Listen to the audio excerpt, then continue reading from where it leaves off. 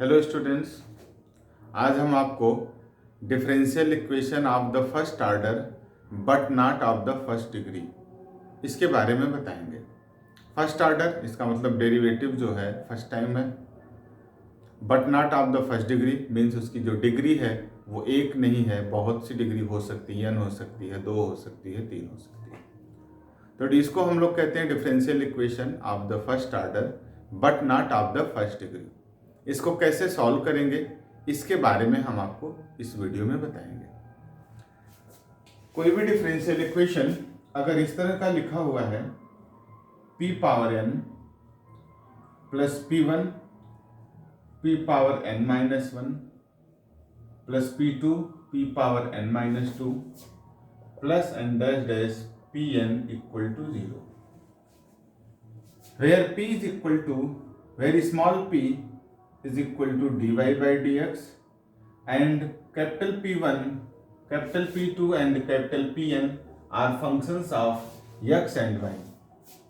Then equation 1 is called differential equation of the first order but not of the first degree. तो ये पहचानने का तरीका है स्टूडेंट्स, जो कि p dy by dx को रिप्रेजेंट करता है, इसी की पावर है।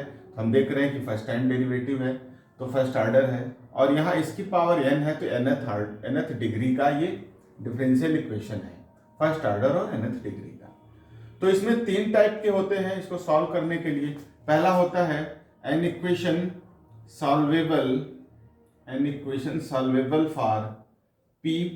दूसरा होता है students an equation solvable for x और तीसरा होता है स्टूडेंट्स एन इक्वेशन सॉल्वेबल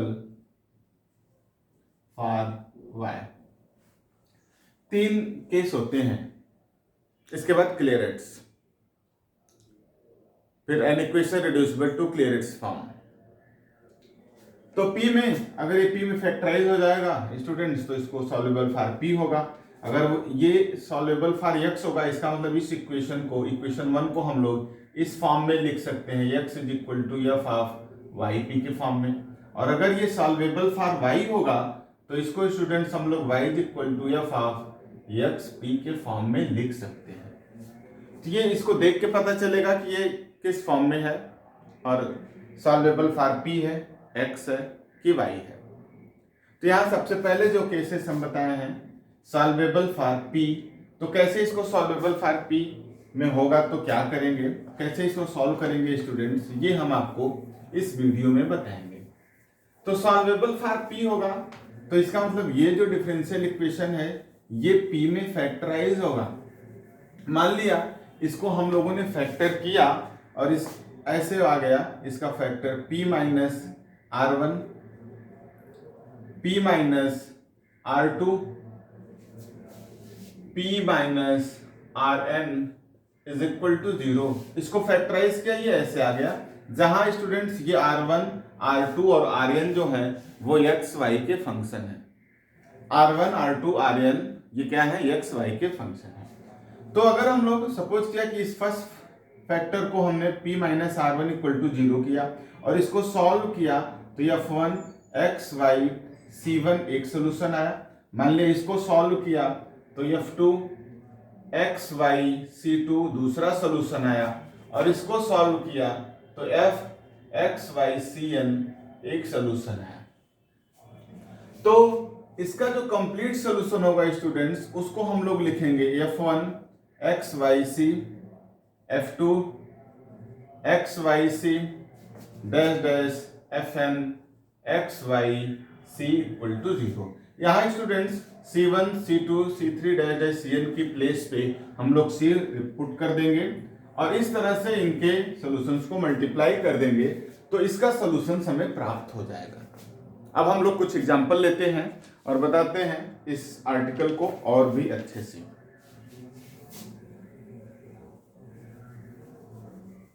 यहाँ ये बात आपको विशेष ध्यान देनी है कि ये जो है डिफरेंशियल इक्वेशन फर्स्ट ऑर्डर का है, फर्स्ट डिग्री का नहीं है। इसकी डिग्री कुछ भी हो सकती है लेकिन इसका ऑर्डर फर्स्ट है। और अभी जो मैं एग्जांपल देने जा रहा हूं स्टूडेंट्स वो सॉल्वेबल फॉर पी है, तो सॉल्वेबल फॉर पी है, इसी पर हम क्वेश्चन दे रहे हैं। तो एक क्वेश्चन हमने लिया पहला, सॉल्व, यहां लिखा हुआ है p square minus 5p plus 6 equal to 0। ना स्टूडेंट्स, ये देखने से लग रहा है क्वाड्रेटिक है p में, तो फैक्टराइज हो सकता है। इसका एक फैक्टर होगा p माइनस 3 और दूसरा फैक्टर होगा p minus 2 equal to 0। If p minus 3 equal to 0 then p is equal to 3। p means हमने पहले बताया dy by dx is equal to 3, that is dy is equal to 3 dx। Integrate करेंगे students, यहाँ से मिलेगा y is equal to 3x plus c, इसको लिख सकते हैं हम लोग y minus 3x minus c equal to 0। And if p minus 2 equal to 0 then dy is equal to 2 dx या y is equal to 2x plus c या y minus 2x minus c equal to 0। Now students, इसका जो complete solution होगा वो होगा y minus 3x minus c into y minus 2x minus c equal to 0।